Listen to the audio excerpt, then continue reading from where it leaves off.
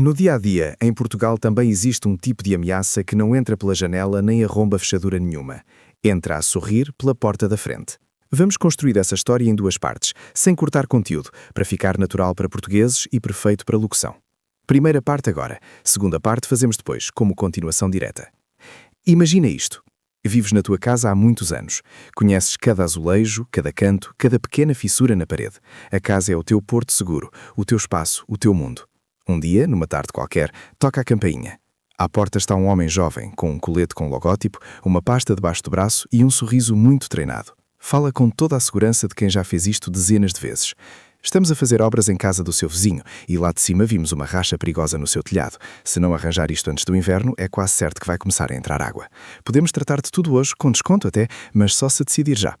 Tu olhas para ele, para a pasta, para a fotografia no telemóvel com um suposto dano grave e uma pergunta começa a martelar na cabeça. E se ele tiver razão? E se eu deixar passar e depois começa a pingar, estraga-se o telhado, as paredes e acaba a gastar 10 vezes mais? Neste momento, o medo e a dúvida batem mais forte do que qualquer temporal. Agora imagina que, um mês depois, descobres que o vizinho nunca chamou empreiteiros nenhuns e que no teu telhado não havia racha perigosa nenhuma, e os milhares de euros que pagaste em numerário ou transferência para um reparo urgente na estrutura já desapareceram há muito, juntamente com o teu salvador. Isto não é um argumento de filme, é algo que acontece todos os dias. Burlões disfarçados de empreiteiros ou empresas de remodelações batem à porta, não arrombam nada, não ameaçam ninguém, não pedem papéis. Limitam-se a sorrir, dizer viemos ajudar e saem de casa com mais dinheiro do que muitos ladrões conseguiriam levar. E o mais irritante é que, naquele momento, com a pessoa mesma à tua frente, distinguir um profissional honesto de um impostor parece quase impossível, se não souberes onde olhar. Neste vídeo, vamos falar de 3 coisas. Primeiro, como é que estes falsos homens das obras funcionam na prática e porque é que tantas vezes conseguem ganhar. Segundo, que sinais quase sempre os denunciam logo nos primeiros minutos de conversa. E terceiro, o que podes fazer antes de tudo isto acontecer para que nem tu, nem os teus pais acabem a dar-lhes nem um cêntimo. Se tens casa própria, apartamento, ou pais e avós a viver em morarias, isto é sobre a vossa segurança. Vamos então ver como é que eles chegam de facto até ti. Normalmente não é ao acaso. Os burlões procuram zonas onde vivem muitas pessoas idosas, ruas onde as casas passam muito tempo sem ninguém, sítios onde as pessoas são confiantes e não gostam de chatear com perguntas a mais. Não aparecem um de cada vez. Chegam em grupo, espalham-se pela rua e cada um toca a campainha com a mesma história. Estamos a trabalhar em casa dos vizinhos, reparamos que aqui há um problema, se não fizer agora, depois fica muito mais caro. Às vezes vem como uma equipa a sério, com ferramentas, carrinha, tudo. Outras vezes é só uma pessoa com telemóvel e pasta na mão. O importante é convencer-te de 3 coisas: que é urgente, que é perigoso e que só hoje é possível fazer barato. Não começam aos gritos nem a pressionar. Pelo contrário, são educados, sorridentes, mostram documentos, por vezes até verdadeiros, mas que nada têm a ver com o trabalho que dizem fazer. Geralmente não pedem logo o valor total. Falam em adiantamento para material, sinal para garantir a equipa. Os montantes variam, uns milhares de euros para trocar o telhado, mais uns tantos para impermeabilização urgente, ainda mais para reforço da fundação antes do frio. Depois ou desaparecem completamente, ou fazem 2 ou 3 gestos de fachada, uma telha mexida, um balde de massa aberto, só para não perceberes logo que foste enganado. E se começas a hesitar, sai logo uma frase do guião: se não quiser, não faz mal, clientes não nos faltam. Essa frase mata a vontade de confirmar seja o que for, porque de repente sentes-te desconfiado, pequeno, quase ridículo. Vamos então destrinçar o que é que eles usam para ganhar. O primeiro anzol é o medo. Falam do telhado, da instalação elétrica, da estrutura da casa, do que vai acontecer se não fizeres nada agora, que no inverno tudo se estraga, que o dano fica muitas vezes mais caro. O segundo anzol é a urgência. Só hoje, a equipa vai embora amanhã, temos material a sobrar, mas não o podemos guardar. O terceiro anzol é o compensa. Ao vizinho estamos a fazer por 12 mil, assim deixamos por 7 mil porque é aqui ao lado. Sobrou material da outra obra, praticamente fica ao preço de custo. Estas 3 coisas funcionam como 3 morros: medo, pressa, negócio da China. Tudo pensado para te empurrar a decidir depressa, sem falar com a família, sem verificar nada, sem ligar a ninguém. Às vezes aparecem depois de desastres naturais, uma tempestade forte que arrancou telhas, cheias que deixaram umidades, a alturas em que o barro já está em sobressalto. Aí o discurso muda um bocadinho. Estamos a trabalhar com um programa de reconstrução, o Estado comparticipa, só precisa de pagar a sua parte. De novo, a mesma fórmula: urgência, medo e a ideia de que estás a aproveitar uma oportunidade. Não te perguntam se realmente precisas da obra, partem do princípio de que sim e colocam-se logo como a solução. E ainda assim, há um detalhe que quase sempre denuncia o burlão. Se pedem 100% do valor à cabeça, se fazem questão de que seja em dinheiro vivo, se dizem frases como não trabalhamos com contrato, é melhor simples entre nós, se não querem mostrar licença, NIF ou qualquer dado que possas confirmar, se carregam para que decidas ali, naquele instante, isso é uma bandeira vermelha enorme. Os profissionais a sério não exigem tudo logo no início, não trabalham só a dinheiro e não fogem de um contrato com a descrição dos trabalhos e os prazos. Não te assustam quando depois vai ser pior se não assinares na hora. Na segunda parte, vamos dar o próximo passo. O que fazer quando alguém já está à tua porta? Que frases usar para ganhar tempo sem arranjar conflito? Como verificar quem estás realmente a contratar? E que regras simples podes combinar com pais e avós para que nunca tenham de dizer a nós também nos fizeram o mesmo. A primeira coisa importante é perceber que estes burlões não ganham porque as vítimas sejam ingênuas ou pouco inteligentes. Eles ganham porque estudam, há anos, a maneira como pensamos e reagimos.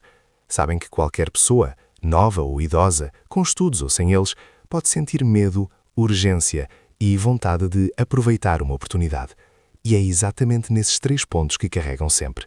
Medo de perder a casa ou gastar uma fortuna, pressa para não dar tempo de pensar e a sensação de que estão a fazer um grande favor com um preço imperdível. Quando falam contigo sobre o telhado, a instalação elétrica ou o fundamento da casa, quase nunca é em tom calmo e técnico. A conversa vem sempre carregada de cenários extremos. Se isto ficar assim até o inverno, depois já não há nada a fazer. Se a água entrar por aqui, pode comprometer toda esta parede. Se esta racha se abrir, vai ficar sem metade do telhado. Com meia dúzia de frases, colocam-te a imaginar a pior versão possível do futuro. Não estão a explicar um problema, estão a plantar ansiedade. E é muito mais difícil raciocinar com clareza quando a cabeça já está cheia de imagens de água a cair, paredes manchadas e contas enormes. Em seguida, entram com a urgência. Há sempre um relógio invisível a contar. Só hoje é que temos a equipa aqui, amanhã já seguimos para outra obra. Este material que sobrou temos de usar já, se não perdemos o preço. Às vezes usam até expressões como não se pode deixar isto para depois, se não decidir agora depois não conseguimos garantir nada. O objetivo é tirar-te o direito a pensar com calma, a dizer vou precisar de uns dias, a falar com os teus. Querem prender-te naquela pequena janela de tempo em que já estás assustado, mas ainda não paraste para fazer perguntas. Depois vem o terceiro golpe, a boa oportunidade. Sabem que quase toda a gente gosta de sentir que conseguiu um negócio melhor que o normal. Então dizem coisas do género, ao seu vizinho fizemos orçamento de 12 mil, mas assim conseguimos fazer por 7 mil porque estamos mesmo aqui. Ou temos material a sobrar da outra obra, praticamente fica ao preço de custo. Muitos até se mostram generosos. Olhe que a nós não nos compensa muito, mas preferimos ajudá-lo do que deitar isto fora. Tudo para que por cima do medo e da pressa surja ainda a ideia de que estás a ser esperto por aceitar. Quando estes 3 elementos se juntam, medo, pressa e suposta vantagem, o resultado é um atalho perigoso no cérebro.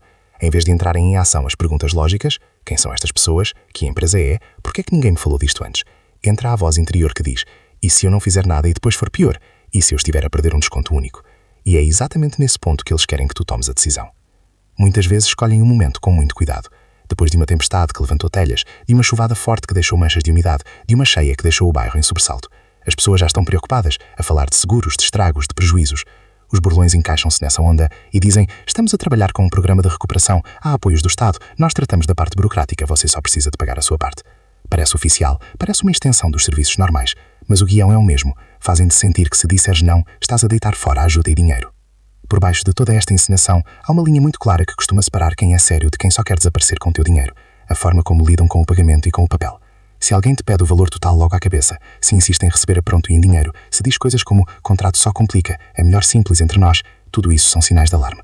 Se não querem indicar o nome da empresa, NIF, morada, nada que possas procurar na internet ou verificar, se irritam quando pedes qualquer tipo de documento, é quase certo que não estão à procura de clientes, estão à procura de vítimas.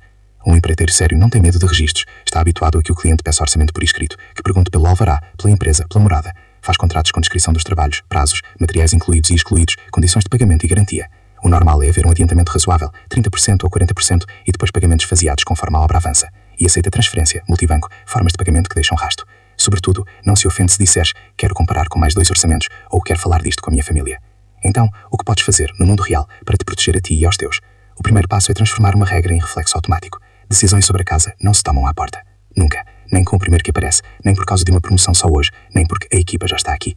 Se alguém bate à porta com um discurso urgente, a tua frase base pode ser algo como obrigado por avisar, mas nunca decido obras em casa no momento. Deixa o seu contacto e se me interessar, eu ligo. Diz isto com calma. Se a pessoa muda de atitude, começa a apertar, a insistir em hoje ou nunca, isso diz-te tudo o que precisas de saber. Se tu próprio começas a achar que de facto pode haver algum problema na casa, não há mal nenhum em pedir ajuda, mas faz isso sobre os teus termos. Pede alguém de confiança que venha ver, liga a um empreiteiro conhecido, fala com um vizinho em quem confias. Procura empresas na tua zona, vê se tem presença online, se há opiniões, se alguém as recomenda. Pede pelo menos 2 orçamentos e coloca as mesmas perguntas a todos. O que é preciso fazer, quanto tempo demora, quanto custa, como se paga. Observa não só o preço, mas também a maneira de explicar as coisas. Quem te apressa e te deixa mais confuso não merece ser a primeira escolha. Para quem vive sozinho, especialmente pessoas mais velhas, é muito útil ter um plano combinado com a família.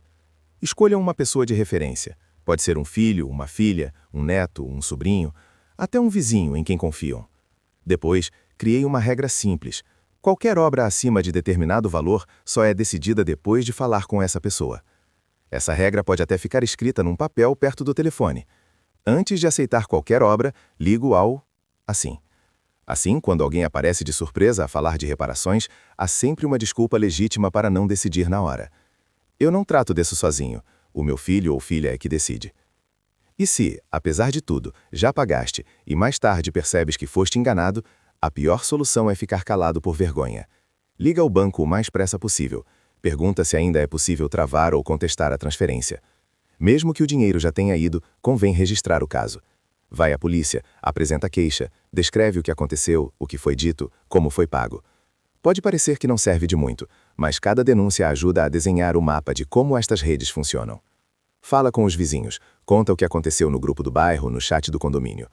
Quando um bairro inteiro começa a reconhecer o guião, deixa de ser terreno fácil para estes esquemas. Não precisas de saber tudo sobre telhados, cabos elétricos ou betão para estares protegido. O que precisas é de umas quantas fronteiras claras. Não decidir à porta, não pagar tudo à cabeça, não ter medo de dizer, preciso de tempo para pensar e falar com a minha família. Estas frases, ditas com calma, valem tanto como uma fechadura forte.